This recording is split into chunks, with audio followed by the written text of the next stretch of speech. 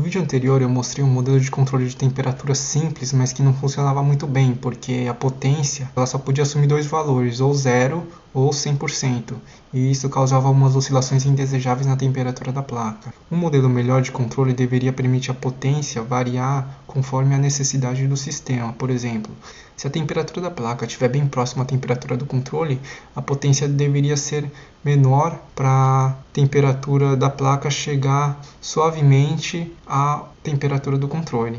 E se a diferença entre os dois fosse grande, eu deveria permitir a potência ser maior para a placa poder esquentar e alcançar a temperatura do controle. E como é que eu posso escrever um código nesse modelo? Eu poderia escrever assim, ó.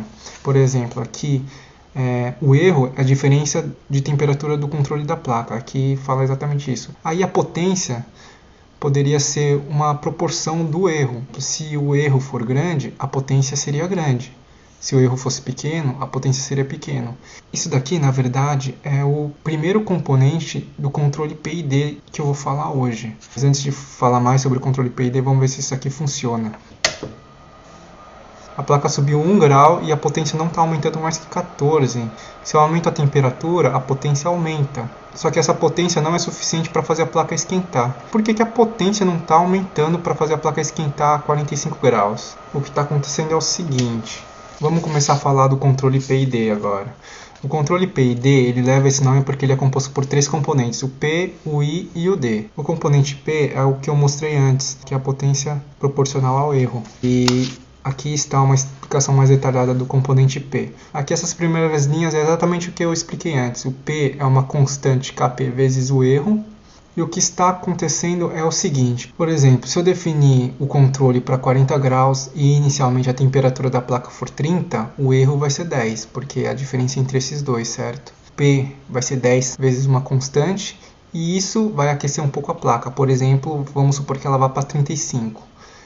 No 35 o erro vai ser 5, a potência vai ser 5, isso vai esquentar um pouco a placa que vai para 37 e assim por diante. Só que vai chegar um momento que o componente P ele vai estabilizar em 3 e a temperatura também vai estabilizar num valor abaixo do que eu determinei. Porque essa energia que o componente P está fornecendo, a placa está perdendo para o ambiente. E por causa disso, ela nunca vai atingir essa temperatura, não importa quão grande seja esse Kp. E aqui está uma demonstração gráfica disso. A temperatura da placa ela vai subir e vai chegar uma hora que ela não vai subir mais.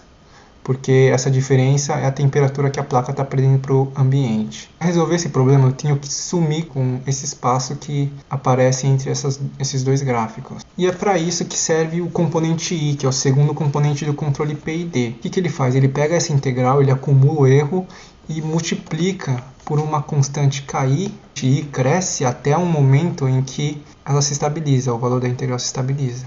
Parece um conceito meio complexo de transformar em linguagem de programação, mas na verdade é bem simples. A integral não é nada mais que essa área, e essa área é a soma dos erros. Então, essa integral aqui que parece ser difícil de traduzir em linguagem de programação, na verdade é bem simples, é só somar os erros, a somatória dos erros. E uma hora, quando estiver estável, o erro mais recente vai ser igual a 0. Bom, eu já expliquei o componente P e o componente I. O componente D é o quê? O componente D, que está aqui, ele serve para acelerar o processo e para isso ele usa a derivada do erro. Aqui no primeiro gráfico a gente vê o controle PID sem a componente D. O que acontece? Ela demora um pouco mais para atingir a temperatura alvo. Se você coloca um componente D e regula ela direitinho, a temperatura ela atinge a temperatura alvo de forma mais rápida. Se você implementar um controle PID sem o componente D, ele funciona, só que só um pouco mais devagar. E se eu demonstrar esse exemplo no mesmo gráfico que eu usei no vídeo passado, fica desse jeito. Aqui eu defini a temperatura para 32, aqui a potência da placa e aqui a temperatura da placa. A gente está vendo que ele ultrapassou um pouquinho de 33, por isso a potência está caindo. A potência vai caindo para tentar reduzir a temperatura da placa. Assim que a temperatura atinge 32, a potência mantém constante aqui. Bom pessoal, esse foi o vídeo do controle PID. Mais uma vez obrigado por assistirem o vídeo. Espero que vocês tenham gostado e até a próxima.